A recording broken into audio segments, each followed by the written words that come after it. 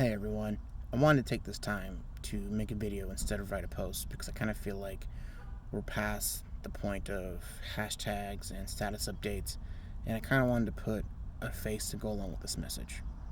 Now, I know there's plenty of things I'm going to miss in this video, and honestly, that's fine because this video is more to be a Kickstarter, a launching pad for more constructive conversation.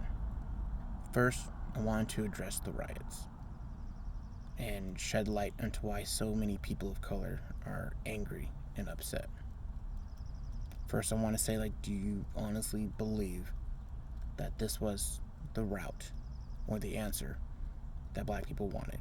Do you honestly believe that they wanted to loot and riot and destroy property? Now, I know some will take advantage of this and try to use it as a way to get their own gains. And that is unfortunate, and that is horrible. But the core reason for why black people are so upset and frustrated is because for decades, if not centuries, our voice has not been heard effectively. Whenever black people have spoken up in peaceful protests, in peaceful manners, they've been told to stick to football, stick to basketball, stick to dancing, stick to singing, stick to whatever form of entertainment you're the best at. Don't bring politics into this genre or whatever genre that I enjoy because it makes me uncomfortable. Because it's a waste of my time. It's annoying. This isn't the time. This isn't the place for this. You guys have progressed around. You guys have progressed enough. You're good now, right? We've been told to stop race baiting. Stop making everything about race. Or even worse, just flat out murdered. Then we have to see all over the news, all over social media, any outlet of us being mocked for our pain, whether it's in memes, videos, parties where people dress up in blackface as the murdered victims, wearing quote-unquote ironic clothing that says I can't breathe, or wearing things that says I can breathe because I'm white, or I can breathe because the cops are here, or I can breathe because I obey the law. And let's not forget that black people have had to see white people riot over the most trivial of things in this country. And I'm not trying to make this about race or target any group, but I have seen, not just myself, but many other people have seen white people get upset because their beloved football coach in their college town lost a couple of wins on their NCAA record because he failed to do his job in protecting children that came to his camps at his site where his assistant head coach raped and molested those children on site. And let's not forget too, we've seen them riot because insert their favorite hockey team, football team, either won or lost some big game to either their rival or won the championship. And then we've had to see people armed to the teeth with assault rifles storm government buildings, pull guns on their delegated authority, and threaten them to reopen the country so they can what? Get their nails done, get a haircut. All the while, they're being championed as heroes, real Americans, and told to liberate yourself.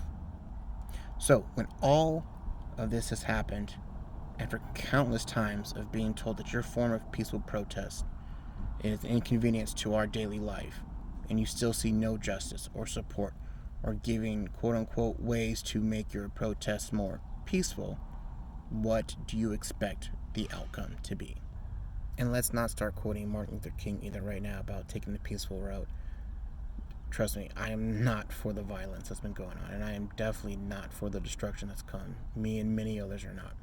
But do you honestly believe that he would like his quotes to be used to subdue or to hurt or be used as weapons against those people that he literally fought and died for? It is unfortunate that the only way for our country to recognize any issue is with riots and violence. And all you have to do is just open any history book in this country from over the last 100 years, 50 years, to know that's true. We should be better than this. We can be better than this. Finally, I want to challenge those who claim to love the black people in their lives, who claim that we're your brothers, we're your sisters, we're your sons even. If we do mean that much to you, then why is it so hard for you to hear our pain? And why is it so easy for you to be more upset about the riots than what's happening to your brother, sister, son? Galatians 6:2 states that we are to carry one another's burdens so that the law of Christ is fulfilled. So if I and many other people of color are all those things to you that I mentioned before, then why is it so hard for you to bear in our burdens, to bear in our hurt?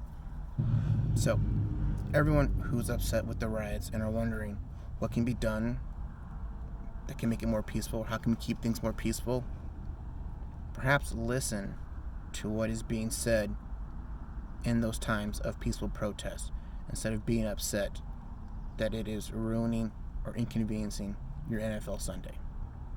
Look, I love you guys, and I have no ill will in this message. My heart goes out to everyone who has supported, and my heart goes out to those who have been caught in the crossfire of the riots and of the looting. It is not fair to you to have your things destroyed. It is not fair to you to have your things missing. But it's time for our country to be better than this, and it's time for our country to stop pointing the fingers at the victims and stop asking, well, what did he do? What didn't he do? Where was he? It's time for us to come together and have constructive, uncomfortable conversations on how to make things better. I love you guys.